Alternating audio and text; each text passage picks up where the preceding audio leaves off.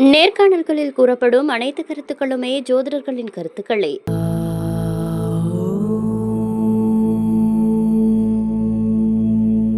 வணக்கம் நேர்களே, இன்னைக்கு நாம பார்க்கக்கூடிய சிறப்பு பதிவு கஜலட்சுமி யோகம். கஜலட்சுமி யோகம் என்ன அப்படின்னு கேட்டீங்கன்னா, ஒருவருடைய ஜாதகத்துல குருவும் சுக்கிரனும் 2 கிரகங்களும் சேர்க்கை பெற்று இருக்கும் போது இந்த கஜலட்சுமி யோகம் ஏற்பட போகுது. இந்த கஜலட்சுமி யோகம் இப்ப கோச்சார ரீதியாக வருகின்ற ஜூலை மாதம் 27ஆம் தேதி அந்த சுக்கிரனாகப்பட்டவர் தன்னுடைய ஆட்சி வீடான ரிஷப ராசியிலிருந்து மிதுன ராசிக்கு பயிற்சி ஆகிறார். அந்த மிதுன ராசியில குரு பகவான் ஏற்கனவே பயிற்சியாகி வந்திருக்கிறாரு. இந்த 2 கிரகங்களும் சேர்க்கை பெறும் போதுதான் இந்த கஜலட்சுமி யோகம் ஏற்படும். இந்த கஜலட்சுமி யோகம் கிட்டத்தட்ட 1 மாத கால அளவிற்கு ஒவ்வொரு ராசி என்பர்களுக்கும் ஒரு முக்கியமான திருப்பங்களை ஏற்படுத்தி கொடுக்கக்கூடிய ஒரு நேரமாக தான் இருக்கும். அதை இந்த பதிவுல நம்ம தெளிவா பார்க்கலாம். இந்த பதிவை கடைசி வரைக்கும் ஸ்கிப் பண்ணாம பாருங்க. இந்த சேனல்ல முதன்முறையா பார்த்திருக்கிறீங்க அப்படின்னா சப்ஸ்கிரைப் பண்ணிக்கோங்க. பெல் பட்டன்ல ஆல் ஆப்ஷன் சூஸ் பண்ணீங்கன்னா உங்களுக்கு இந்த மாதிரியான பதிவுகள் தொடர்ந்து நோட்டிபிகேஷனா வரும். கடகராசி என்பர்களுக்கு இந்த கஜலட்சுமி யோகமாகப்பட்டது 12ஆம் இடமான அந்த விரயஸ்தானத்துல நடக்க போகுது. விரயஸ்தானத்துல கஜலட்சுமி யோகம் ஏற்படுறது ஒரு நல்ல ஒரு அமைப்பை கொடுக்குமா அப்படின்னு கேட்டீங்கன்னா கண்டிப்பாக கொடுக்கும். இந்த விரயஸ்தானத்துல இருக்கக்கூடிய அந்த கஜலட்சுமி யோகம் தான் உங்களுடைய வாழ்க்கையில ஒரு நல்ல ஒரு மாற்றங்களை கொடுக்க போகுது. நிறைய கடகராசி என்பர்கள் ரொம்ப சென்சிட்டிவா இருப்பீங்க. ஏன்னா உங்க கையில போதுமான பண வரவு இல்ல. அந்த வருமானம் இருந்தா நம்ம தைரியமா பேசலாம். அந்த வருமானம் இல்லாதனால எல்லாத்தையுமே ரொம்ப என்னால பேச முடியல அப்படின்ற மாதிரியான ஒரு தாழ்வு மனப்பான்மை இந்த கடகராசி என்பவர்களுக்கு அதிகமாக இருக்கும்.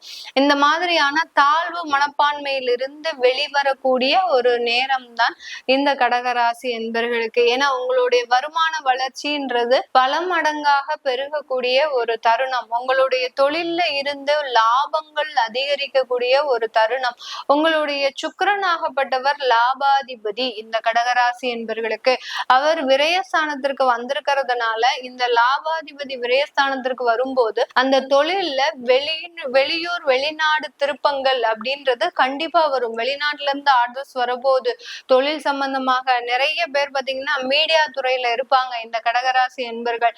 ஏன்னா இவர்கள் ரொம்ப சென்சிட்டிவா இருக்கிறதுனாலதான் மீடியா இவங்க எல்லாரையுமே தேர்ந்தெடுக்குது. ஏன் சென்சிட்டிவ், ஏதாவது ஒரு சென்சிட்டிவான ஒரு சென்சேஷன் வேணும் அப்படின்னா இந்த கடகராசி என்பர்களை வச்சா போதும், சென்சேஷன் சூப்பரா பறந்து போகும்.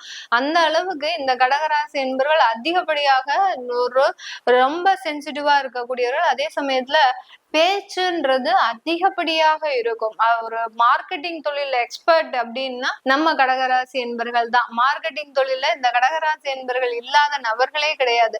அந்த அளவுக்கு மார்க்கெட்டிங்லயும் ரொம்ப ஒரு வெல் வெஸ்டா இருக்கக்கூடியவர்கள் நம்ம கடகராசி என்பர்கள். அதனால இந்த மீடியா துறை, இந்த மாதிரியான மார்க்கெட்டிங் கம்பெனிஸ், ஐடி சாஃப்ட்வேர், பெரிய பெரிய சாஃப்ட்வேர் ஆப்லாம் விற்கிறவங்க நம்ம கடகராசி என்பர்களை தான் சேர்த்து விடுவாங்க. ஏன் அப்படி சேர்க்கிறாங்க அப்படின்னு கேட்டீங்கன்னா, இல்லாத பொருளையும் இருக்கிற மாதிரியே காமிச்சு காமிச்சு விற்கக்கூடியவர்கள் நம்ம கடகராசி என்பர்கள் தான். இந்த மாதிரியான ஆப்பர்ச்சுனிட்டிஸ் எல்லாம் இப்போ உங்களுக்கு வரப்போகுது. சாஃப்ட்வேர் தொழில இருக்கக்கூடியவர்களுக்கு அந்த ஒரு பிசினஸ் ஆப்பர்ச்சுனிட்டிஸ் அப்படின்றது கண்டிப்பாக உங்களுக்கு இந்த காலகட்டம் முழுமையாக கிடைக்கக்கூடிய ஒரு தருணம். அதனால இந்த கடகராசி என்பர்களினுடைய வாழ்க்கையில வருமான வளர்ச்சி அப்படின்றது இந்த 1 மாசத்துல உறுதி செய்யப்பட்ட ஒன்றாக தான் இருக்க போகுது. நிறைய கடகராசி என்பர்கள் உங்களுடைய வேலை இழப்பு காரணமாக அது மிகப்பெரிய ஒரு மன உளைச்சலுக்கு ஆளாகி இருக்கீங்க.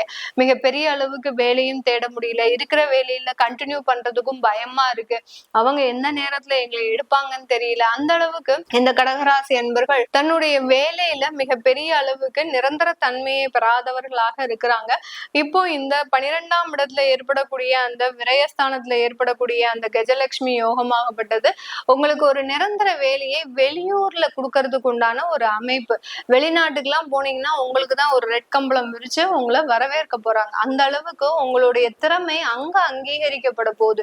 வெளியூர்களில் திறமை அங்கீகரிக்கப்படக்கூடிய ஒரு யோகத்தை தான் அந்த கஜலட்சுமி யோகமாகப்பட்டது இந்த கடகராசி என்பவர்களுக்கு முழுமையாக கொடுக்கக்கூடிய ஒரு தருணமாக இருக்கும். இந்த காலகட்டம் திருமண வாழ்க்கையில நிறைய ஒரு முன்னேற்றங்கள். ஏற்கனவே பிரிந்து இருக்கிறீங்க, திருமணமாகி ஒரு 6 மாதத்திலேயே நாங்க பிரிஞ்சாச்சு, எனக்கும் அவங்களுக்கும் செட் ஆகல, அவங்களுடைய குணமே வேறமா இருக்கு, எங்களுடைய குணம் வேற மாதிரி இருக்கு அப்படின்ற மாதிரியாக இத்தனைக்கு பார்த்து வச்ச திருமணமே இந்த அளவுக்கு பிரச்சனையை கொடுக்குது அப்படின்ற பட்சத்துல இந்த கடகராசி என்பர்கள் காதல் திருமணம் எல்லாம் பண்ணியிருந்தீங்கன்னா அவ்வளவுதான்.